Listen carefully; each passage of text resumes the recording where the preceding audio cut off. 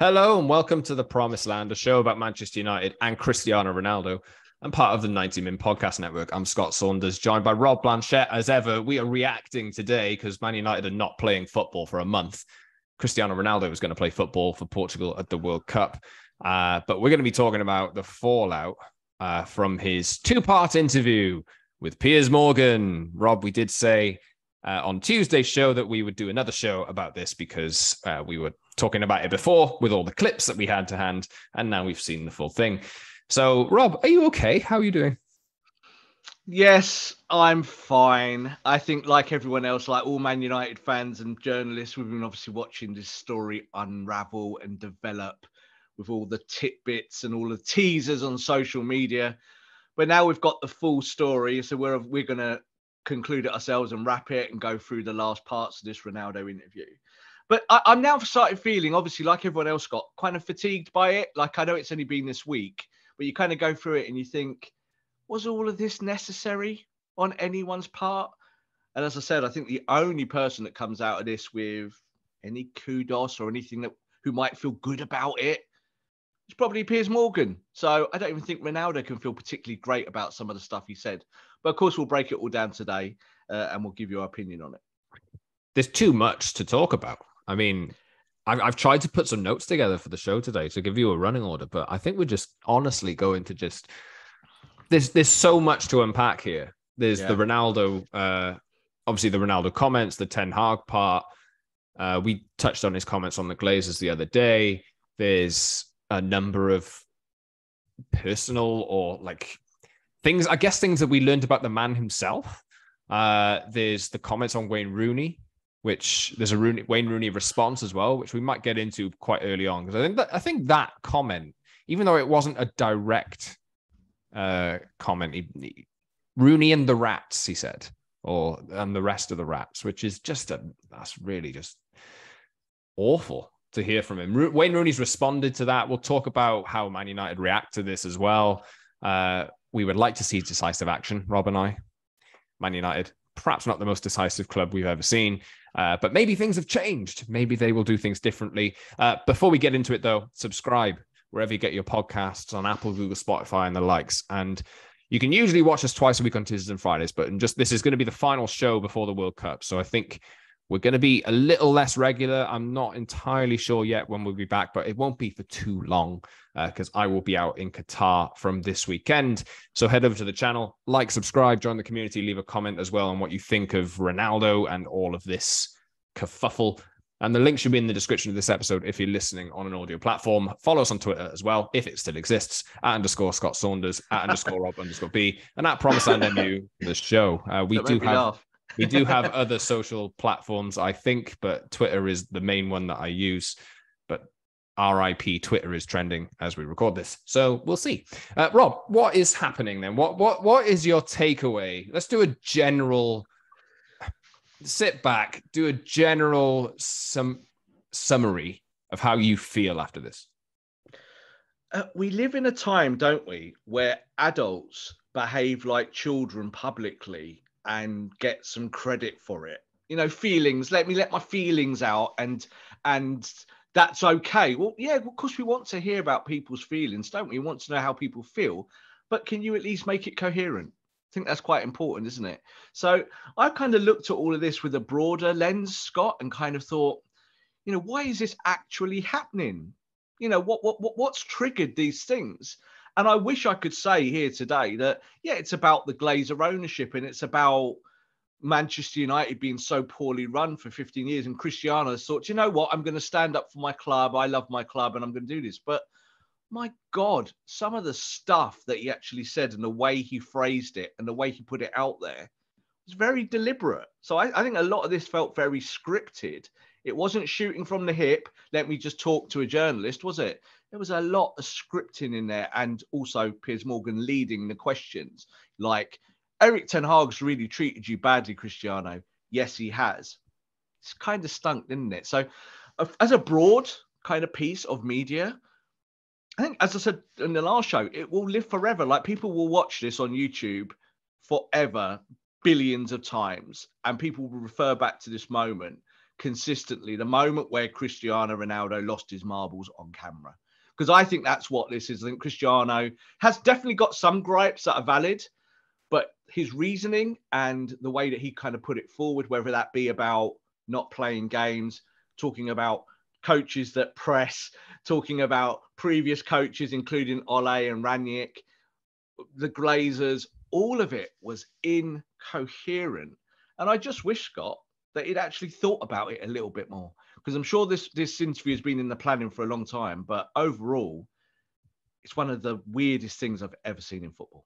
I think we talked about it the other day, Robin. Like, I don't know whether, I think you agreed with this. It's the craziest thing I've ever seen an employed footballer do, let alone, you know, in terms of like his relationship with the club, obviously. It's the craziest thing I've ever seen an employed footballer do, speaking out against his own club. I mean, there are United fans, there are Ronaldo fans who've wanted him to do that. But it's so the self-importance is just obvious. I mean, there's so much to unpack here that there's no way he can stay at United any longer than this. He's criticized legends. He's criticized his teammates. We haven't even talked about that part yet. Yeah. The young players and the different generation. I see Anthony Elanga's actually responded to it as well. But yeah, let's talk about Rooney to start with, shall we? Because I think this is the thing really that shocked me most, I guess, because we kind of knew what was coming, didn't we? Like a lot of the clips that came out before it had aired to promote it, Erik ten Hag, the Glazer family, etc., we knew about. But there was like a passing comment where he was asked about criticism from Wayne Rooney, where it wasn't even that bad, by the way. Rooney was just telling the truth. Obviously, Rooney himself, in his later years, declined. He moved to Everton. He moved to Derby. You know, he recognized that his skill set was falling off, and he knew when to drop off. And he talked about the criticism, and Ronaldo said something along the lines, I am not verbatim quoting him here, but Rooney and the rats in the press, the rest of the rats, and to use that word about Wayne Rooney is just a former teammate of his, someone who's not even gone personal with Ronaldo, is just talking about football. Really uncalled for. Uncalled for, and again, in a kind of Freudian way, it gives you a bit more of an insight into his mind, doesn't it, about what he thinks about people. You know, to talk about the gutter press and how awful the press is in terms of the machine around himself and football, and then do your interview with the people that you're doing your interview with, that in itself is strange, isn't it? From talking about the press and then going to the kind of red top gutter press in the tabloids. That's really, really interesting that he thinks that's a good platform for him to get across his point. But talking about Wayne Rooney, you know, Wayne didn't say anything that was particularly controversial. He kind of talked more about age, and he said it again. We'll talk obviously about what his response has been today around the interview. But he kind of in one breath said, didn't he, did he talk about Wayne Rooney and kids playing together, like originally in the first interview, you know, and then in the next breath said, he's not my friend, you know, referring to himself and Gary Neville. So that's okay. But again, it's just so contradictory, isn't it? To be able to kind of say that. And then in the second interview, to refer to all of his ex-teammates. We're talking about respect. This whole thing is supposed to be about my lack of respect. People don't respect me, but you're a rat. What are you on?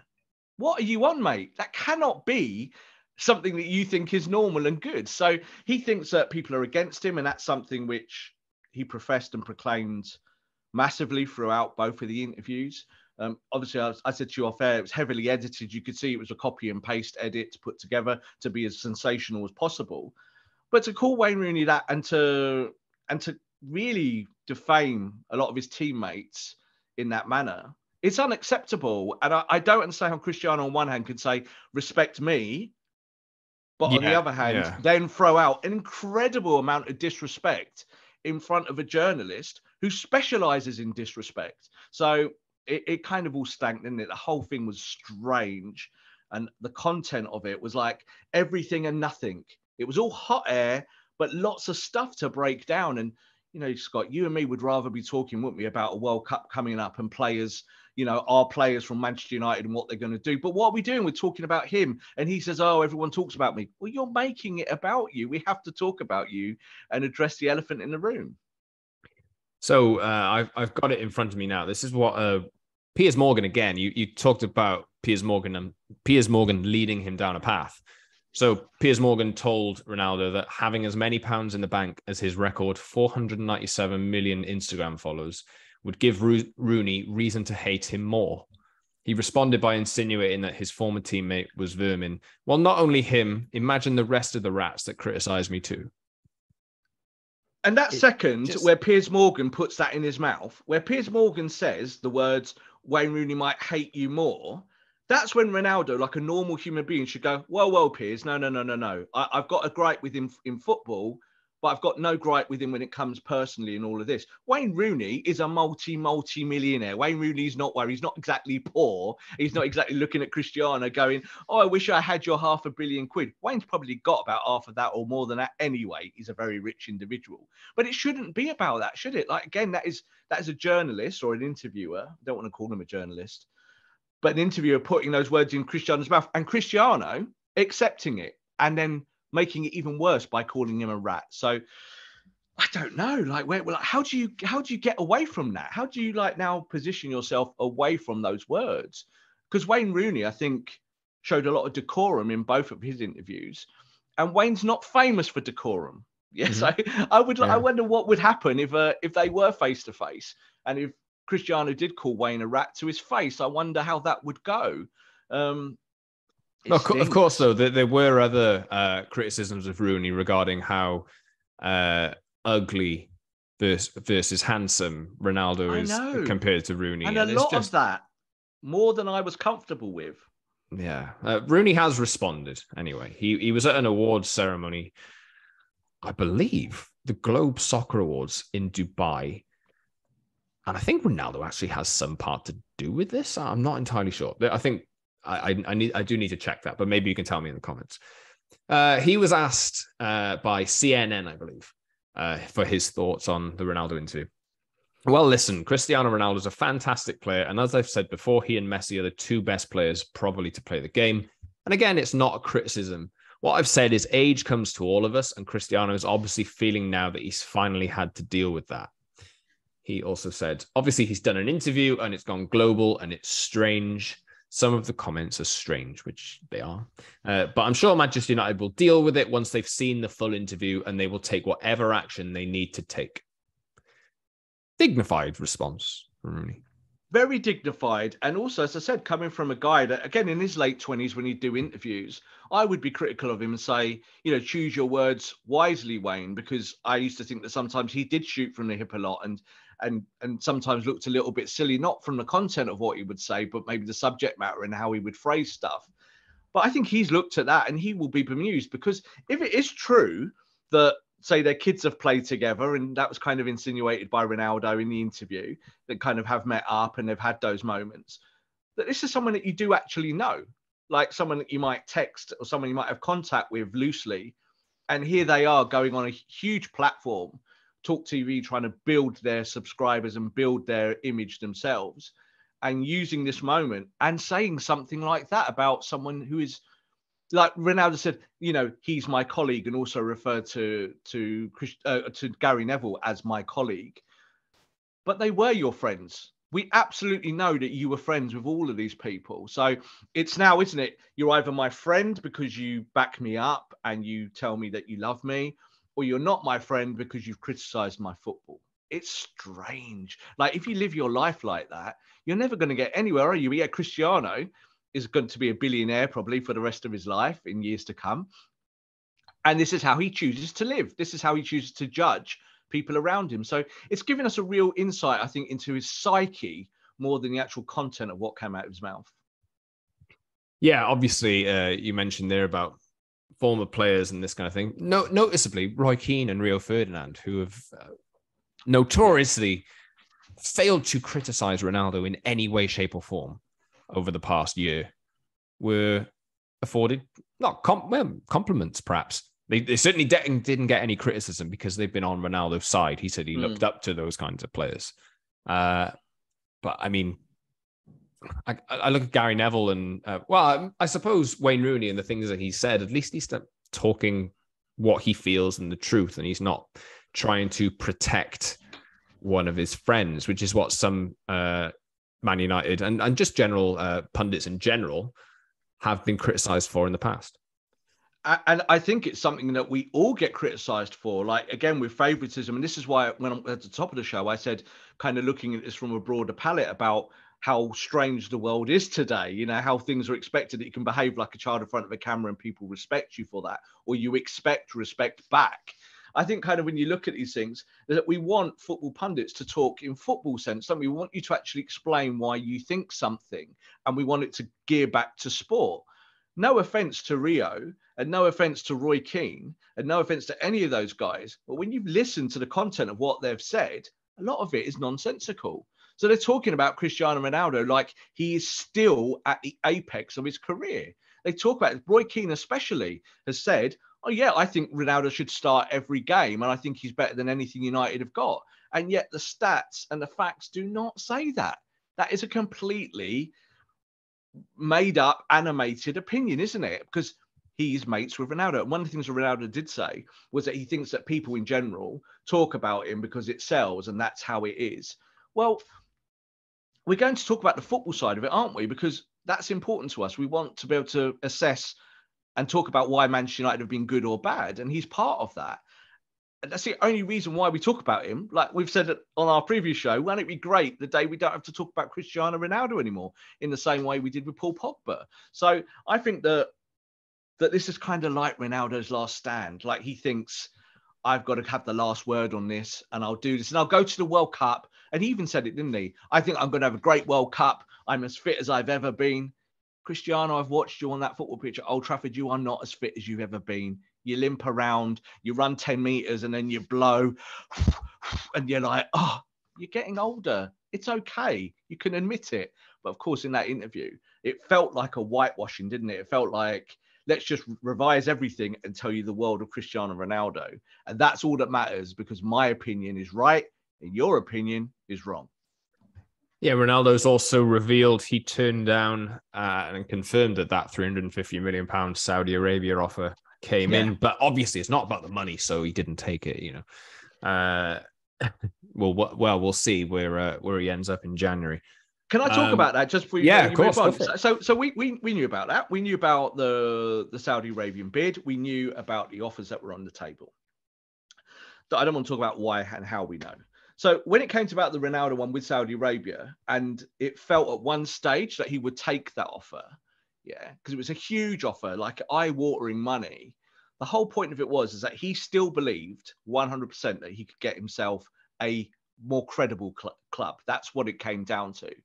And that offer is still on the table. So let's see where we go from here, because he really wanted to push that, didn't he, in the interview, that I had loads of offers and, you know, and this, that's not true. He didn't have loads of offers. There was lots of inquiries, including, before he came to Manchester United, Manchester City.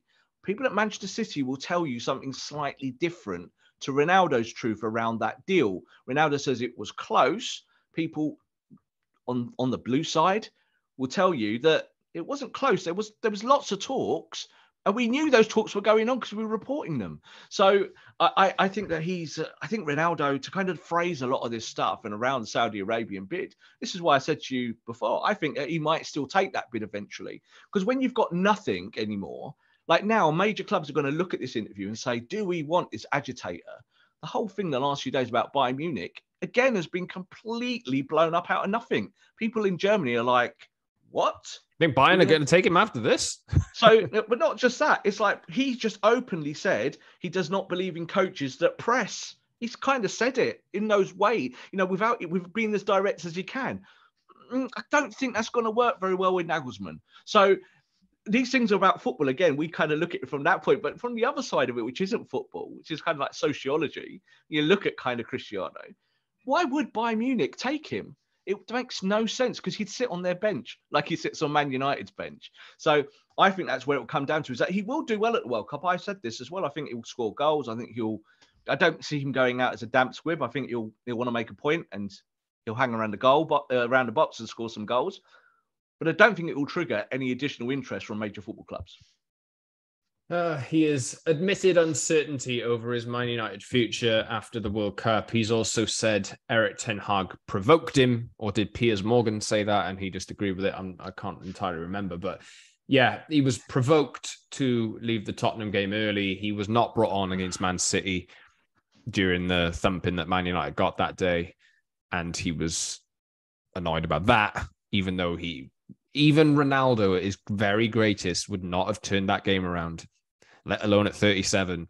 But then the moment he is introduced to a win, or where United have just absolutely outplayed Tottenham to the point where, yeah, this is a great night all round for United. Do you want to be a part of it? No, I don't come on with 3 minutes to go.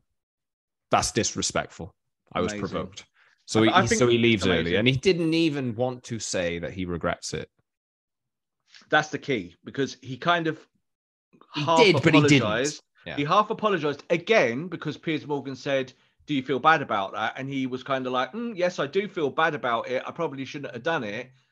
And then he kind of said, "I'm not quite sure if I'm sorry." It's kind of what he said. But that's when he's made the point, but I was provoked by Ten Hag. So the provoke word came out of his mouth. And I think the rest of it, the kind of modeling around the incident, came from Piers Morgan. So Piers Morgan has kind of said, "Oh, I didn't know any of this before I asked these questions." But it was quite clear that it had been talked about beforehand, and you knew what to ask and you knew how to ask it to be able to get the kind of answer you wanted.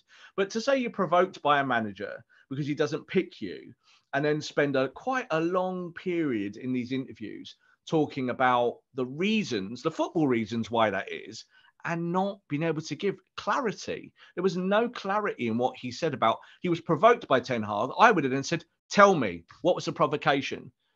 Well, the provocation seems to be that Ten Hag doesn't think that you're pressing the system.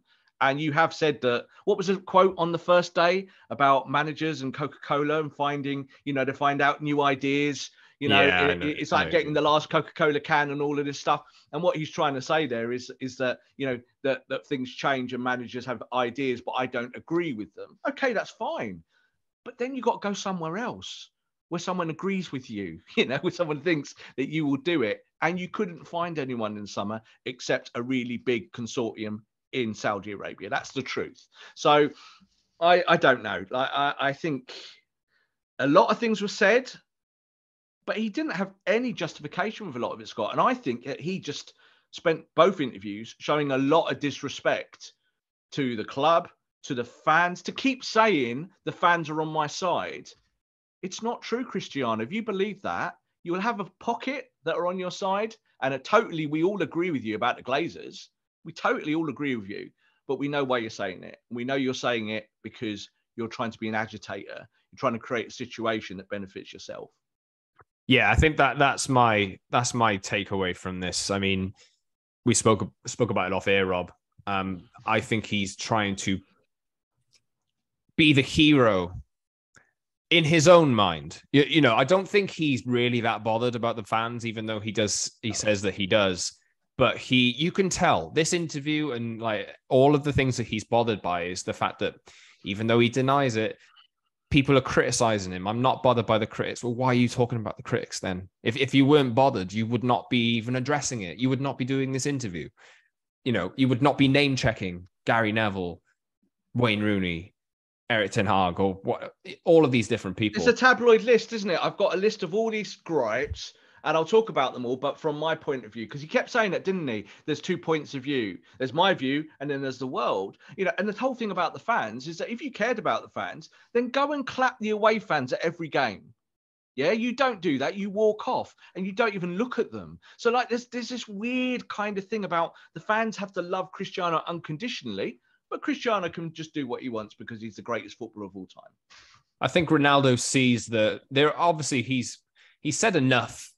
I think why it's quite remarkable, this interview, this is one of the reasons why it's quite remarkable, is because he's talked about his employers and the fact that they don't run the club properly and they will take years to get back to where Man United should be.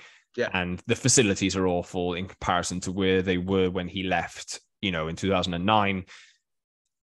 I think he wanted to do that because he craves that admiration so much from a certain section of the fans, so he can feel like he's loved. Yeah. But he's also known that if I'm going to do that, there's no way I can stay here, even though he's said a part of, I'll get into his quotes in a second.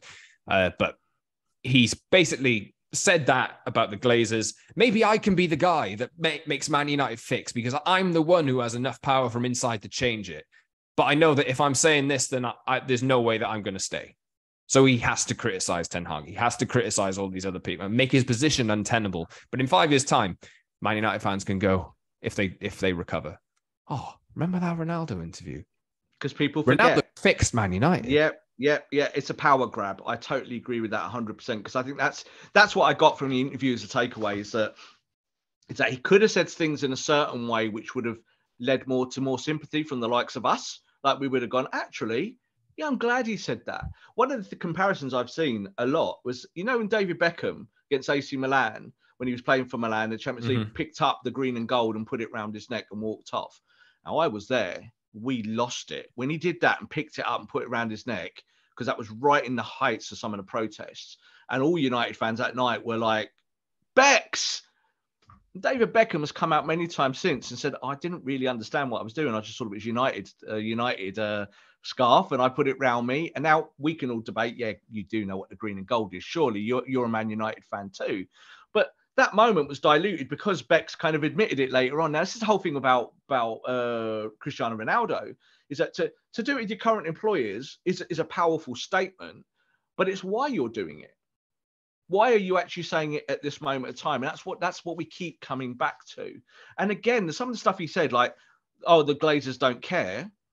There was nothing more than that. He didn't actually give proper good examples why they don't care. We know they don't care. We 100% know that. So you're inside the football club. Give us some insight onto it, why you think they don't care. Because the jacuzzi is the same jacuzzi that you sat in when you were 20 years old is not a reason why people care or not. That's not true. We know the training ground now. £200 million has been put into that training ground on Ten Hag's say-so, because that's what they have to do to modernise. We know we know the stadium will probably get revamped or knocked down in the next 5 or 10 years. But none of these things actually prove that the owners care.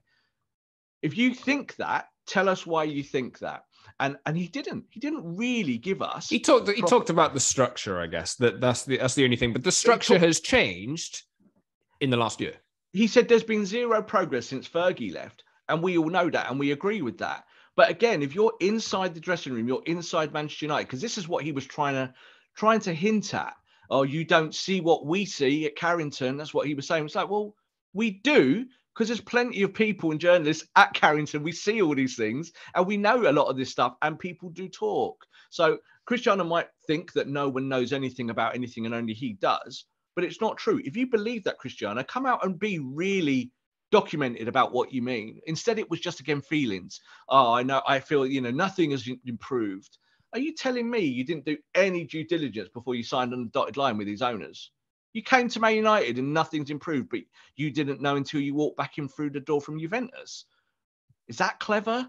It doesn't work like that. So I don't know. A lot of that stuff, as I said, you're right. I think in 5-10 years' time, people will look back and go, oh, do you remember when Cristiano called out the Glazers? And that's going to be the YouTube video title forever, isn't it? That will be it, Ronaldo. If Man United miraculously turn around now under Erik Ten Hag in the next 3 years and they get competing for titles again, you can see this little YouTube compilation of that begins with Ronaldo saying this about the Glazers, and then and this was the spark that turned everything around. Even though they put stuff in place already, totally. And the fact that they're trying to move Ronaldo out is a signifier that they're already turning direction and they're already changing direction. It's just Ronaldo is too naive to know that. Or he did say at one point. Actually. Oh, well, if I have to go, then so be it. That's what the club decide. But why are you making such a big fuss about it then? Exactly. Or, as I said, choose your moment. So I think had he really focused the whole interview on his feelings about ownership and maybe the lack of progress since Fergie left, and that's cool. But he didn't, did he? He wanted to make it personal against people that he doesn't now like because they've talked against him, against the manager because the manager thinks that he can't run as much as some of the other players, and just the general disrespect to the Manchester United squad in general. Like, again, said he talked about Diogo Dalot. And Diogo Dalot, up until very recently, has been pretty rubbish. In recent times, he's done well. We know that. We've highlighted it. He's improved as a footballer. But when Ronaldo was asked which one of your teammates do you think is, are good and, are going to push on, he could only mention Dalot because he's his mate, because they're friends. And then he mentioned Martinez and Casemiro in a kind of 2-second soundbite. He didn't mention anyone else at Manchester United. Didn't mention Garnacho. Why did you not mention Garnacho? This is a guy that you've been pictured cuddling and training, and this is Ronaldo Mark II. You could have said those things, wouldn't it, Scott? But why did he not say them? It doesn't sell. Doesn't get his point across. All he's trying to do is set fire to things and then allow them to burn as he pours the petrol on top. So Ronaldo was asked about whether he would stay. He says, it's difficult to tell. My focus is on the World Cup. It's probably my last World Cup. I don't know what will happen after. He also said he wants to play for another 2 years until he's 40. But the fans will always be in my heart, and I hope the fans will be on my side whether I'm back or not. He then went on to say, maybe it will be good for Manchester and probably good for me to have a new chapter. If I come back, I'll be the same Cristiano, but I hope people will be on my side and let me shine like I did at other clubs. That last bit, I hadn't actually, that didn't register with me before. Let me shine like I did at other clubs. How do United react to this then, Rob? What do you want to see out of Man United here? Well, it's either going to go one or two ways, isn't it? So we've both said that we believe that he probably should be dismissed. There are lots of contractual issues in this about what constitutes gross misconduct, what doesn't. I think the main thing here is, and the big question is, you went and did this interview really when you should have been on duty. Manchester United were playing Aston Villa, and really at that point in that week, because we know that's kind of when it was filmed, that you absconded, that you called in sick. And of course, he called in sick as well with Portugal the other day as well, when he didn't want to obviously be on camera. So I think that's one thing that Manchester United now need to work out very, very quickly. But I think overall, the whole point is that even if you don't sack him and you don't really throw the book at him, you've got to get rid of him. Whatever it takes now, Manchester United have to show a strength here. And I don't think, even though we all don't like the Glazers. We all have nothing, like people say to me all the time, oh, Glazer apologist. No, we just try and call it as factual. I actually think Joel Glazer is going to take this very badly. I think Joel Glazer will want to do something publicly around it because that's how it goes. Like they're going to want to defend their position, aren't they, as businessmen? So I think that's where it will go next. The one thing I really hope doesn't happen is that he ever wears our shirt again. He does not deserve to wear our shirt again. He doesn't. Like, we talk about the fables of Manchester United, the history, the legendary footballers. This bloke does not deserve to be on our football pitch again at Old Trafford. And like I said in the last show, I think that if he was in front of the Stretford end now, he would know all about fandom, how fans feel about it. Because, just because he's got half a billion Instagram followers doesn't actually mean that 500 million all love you, Cristiano. You're just a piece of media that they follow and they like your photos. You're a star. So I don't know. I think he's not stupid as well, Scott. I think he totally understands how it all works. But it's also easy to play on it, isn't it? In a chair in front of Piers Morgan. You could say, I love the fans. Well, you're not showing that you love the fans, not at all. And you're not actually helping the fans. A lot of Man United fans will have been traumatized this week by all of this. And Cristiano does not care about that one bit. Yes, United need to act decisively. They really do. There's part of me that thinks maybe if this was the old Man United, they'd try and play this out, see if anybody wants to pick him up for a few million quid to take the wages off. But I mean, he has to be suspended at the very minimum. I think most are probably calling for termination of his contract, and whether United can do that without financial penalty or whatever. I think that's probably the important thing here, and the thing that will probably end up taking the most amount of time. And I don't know exactly how long these things take. Yeah, and he also very specifically, without saying his name, aimed some of the fire at Richard Arnold and John Murtough. He talked about executives. So they're the only two executives around Carrington, like whoever there. There's none of the board are ever at Carrington. It's just those two. So it now also depends about how Richard Arnold sees this, because we know that Richard Arnold as an individual as well likes a good power play, likes to kind of show. That's why he turned up at a pub and talked to a load of Man United fans who really probably shouldn't as the CEO of Man United. Like, you don't have to do it like that. You could have just done it in an interview and been kind of outward about it, but he kind of himself likes to shoot from the hip. So I think that we'll see that hierarchy kind of spring into action now, because I think they'd also now, Scott, want to defend Eric Ten Hag. They've given Ten Hag an incredible amount of power behind the scenes. They don't want to seem weak for that. You know, they've put their money on that bet on Ten Hag, and Ten Hag is kind of coming through at the moment. I read one prominent pundit say, without naming them, said, oh, now United fans, they suddenly all love Ten Hag, and this is what this is about. They love Ten Hag, and they've forgotten about what Cristiano's done for them. It makes me go like that, kind of like, no, that's not how it goes at all. So I think, let's see, I think that United, from the core of the football club in Manchester and in London, those two factions now, the business side of the football side, will come together, and they'll want to make some kind of unified approach to backing Ten Hag publicly against Ronaldo. Because let's be honest, there is no value now in keeping Ronaldo or agreeing with anything Ronaldo says, because he's not going to sell your shirts next year. He's not going to help you with your Adidas deal. He's gone out the door. And it's just how Juventus people said it would go. They said this, they went, it will blow up and he will leave and he will forget about you and you'll be a footnote. And I think that's how it will be. And I think that's probably how it should be. Well, even this is levels above that, to be honest. Yeah. This is just unlike anything I've ever really seen before. United, what one thing that has positively come out of this is that Ronaldo is in a position now which is pretty much untenable at United. And Eric Ten Hag's position, once he leaves, is solidified and strengthened completely. We believe in you, Eric. This is the way that you're going to do things.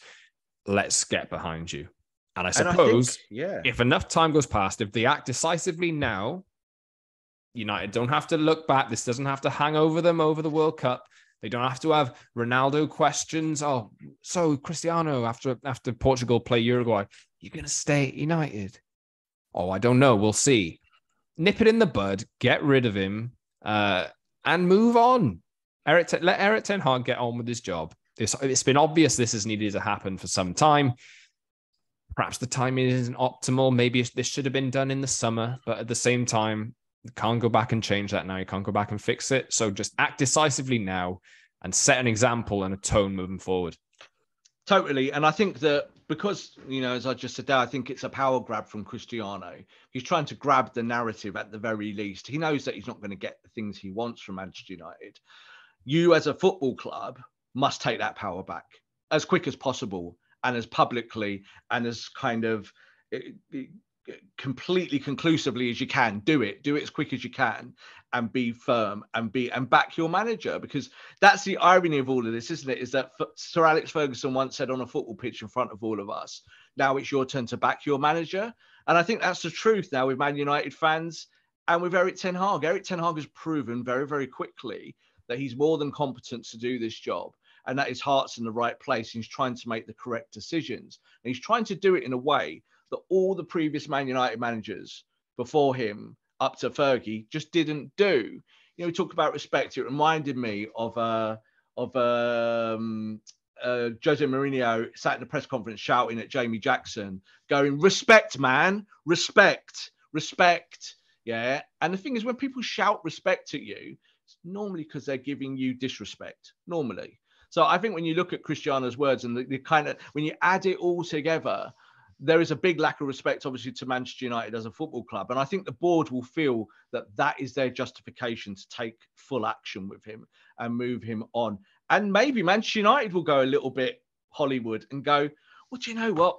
We're now going to explain our side of the story. Do you know, I was thinking of tweeting this last night. If Man United love social media engagements, why don't you just stick Eric Ten Hag in front of a camera and live stream him sacking Ronaldo? Well, what did they do yesterday? Yeah, what did they do? When all of this was breaking and we knew obviously it was coming up, they started putting out interviews on the social media channels of Marcus Rashford, talking about the club and about stuff and how good stuff is now and, what he had to do before and how bad it was before and all this.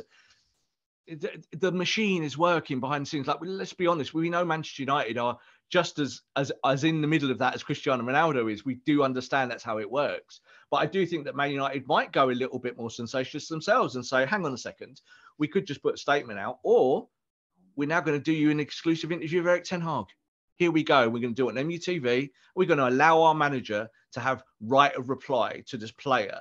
Now, I don't think Erik ten Hag would do anything like Ronaldo. No, it's not going to happen. No, well, you say it's not going to happen, but it would not surprise me because obviously they're going to Spain, aren't they? And there will be a presser out there at some point, and these questions will be put forward. And Manchester United will want to control that narrative in the way that Cristiano is trying to control his. So that's coming, and that's only, I think, 7th of December. I think the Cadiz game, I think it is. So we have got a bit of a space between like here and then. And obviously we'll probably do a show on that if that happens in the middle of a kind of World Cup. But I think that Erik ten Hag won't want to have his say, but Man United might say to him, no, we've got to say something now. And it's got to come from the horse's mouth. It can't just come centrally from the Glazers. Because again, people hate the Glazers. So whatever Joel Glazer says, he will only say for himself. We don't really care about Joel Glazer, do we? But we do care about Erik ten Hag. So I think Man United, for the effect of that, might go that route. Who knows? I think Erik ten Hag has got right to reply on this because the player has made it very personal about the manager and said some things which I think are categorically false. And I think that will need to be addressed. We await Manchester United's response. We will see, hopefully, as we say, they will react pretty swiftly to this and decisively to draw a line in the sand, I guess, and end this chapter. It's a dumpster fire of an interview for me. That's what I called it yesterday. It's just, I've never seen anything like it. But Cristiano Ronaldo has now had his say. Manchester United have to deal with it effectively. Rob, will wrap up shortly. Any final thoughts? Because as I mentioned at the top of the show, might be a little while before we're back, a couple of weeks. Yeah, a little bit of tinge of sadness now at the end of this week, because as I said, I think we've all gone through the emotions of, oh my God, this is bizarre. This is horrible. Oh, that bit's interesting. Oh, he's talked about the Glazers. Oh, et cetera, et cetera. But I think now we've kind of come into the end of this week and we've got a World Cup now on us. Is that it's kind of just a little bit sad that he felt that to sit down with Piers Morgan, who we can question till we're blue in the face about his media and about why he does stuff, to choose that format. We didn't even talk about the Jordan Peterson stuff and talk about his admiration for certain people. And you can say to yourself, why are you saying it's Cristiano? It's not up to us to say why he's saying that. But you look at these things and they just don't sit right, do they? And there was a lot of this interview, I think, at the end of the day, that in the future, Scott, when we're chatting about this and discussing it, we'll look back and we'll just say, that just doesn't seem right. Why did he say that at that time? All that stuff. Because I think it does taint his legacy. And I've seen more than enough Man United fans who I respect, who've all said that. They've gone, yeah, we all hate the Glazers, but Cristiano has done it. He's absolutely burnt all of us. I think that's the overriding feeling. There was a poll. Oh, can we talk about polls just before we go? My poll, which I talked about in the last one, which was 90-10 in favour of Ten Hag, got absolutely sabotaged and ended up with Ronaldo, United fans loving Ronaldo. And Athletic did exactly the same poll yesterday, and it was 90-10 to Manchester United. Obviously, fans against Ronaldo's opinion on all of this stuff. So a little bit of justification there. But overall, I do think the United fans are pretty unified on this. And it's that they want to see their team play good football and they want to back Erik ten Hag. And, viva Garnacho, viva Erik ten Hag. And I think the Man United fans are fully behind those players and those people at the football club. Well, you say that. I'm looking at my Twitter replies now and I'm getting a few, which but you will, that's Twitter in a nutshell, isn't it? That's how it is. As I said, the minority shout the loudest on Twitter. They're the most vocal and they're also the most aggressive. So that's what we notice, isn't it? And it takes years. I've been on Twitter nearly 15 years and I've learned over that time to now kind of filter that out and go, well, a lot of that is the noise factor. Whereas 5 years, 6 years ago, I used to get upset by that stuff, Scott. I'd look at it and someone said to me the other day, they went, oh, you like Erik ten Hag because you're bald and he's bald and that's what it is. And shame on you. And Cristiano's the greatest player of all time. That is like the typical Twitter playground, isn't it? Yes, Goodness I'm me. bald, and that's how I make my football judgments. I only like bald people in football. Zinedine Zidane, love him, didn't care about his football just because he's bald. So all of this stuff is noise, and we have to move away from that, don't we? We have to kind of look through those things because that noise will always persist. Yes. Goodness me. What a week this has been. Like I say, Rob, we're taking a little break because I'm off to Qatar to watch Wales and a number of other teams at the World Cup. I'll be back at the start of December and well, we'll see. Maybe I get extended. I'm not entirely sure yet, but that means the show is having a little break because obviously Man United aren't going to play a game for a month or so yet. But there's going to be stuff behind the scenes. And if there's something that we just cannot miss, we'll find a way to do it. But I'm just going to turn my focus as the football world is going to the World Cup. For now, you can subscribe to our show wherever you get your pods on Apple, Google, Spotify, and the likes. And follow us on Twitter @_Scott Saunders, @_Rob_B, and @Promise_MU for the show. We'll be back Tuesdays and Fridays in a few weeks' time. Maybe there'll be a random episode dropped into your inbox or into your podcast feed at some point in the time in between. Rob, thanks very much. It's always a pleasure to talk to you. We will do more Promised Land Manchester United talk very soon. Thanks for listening, everyone.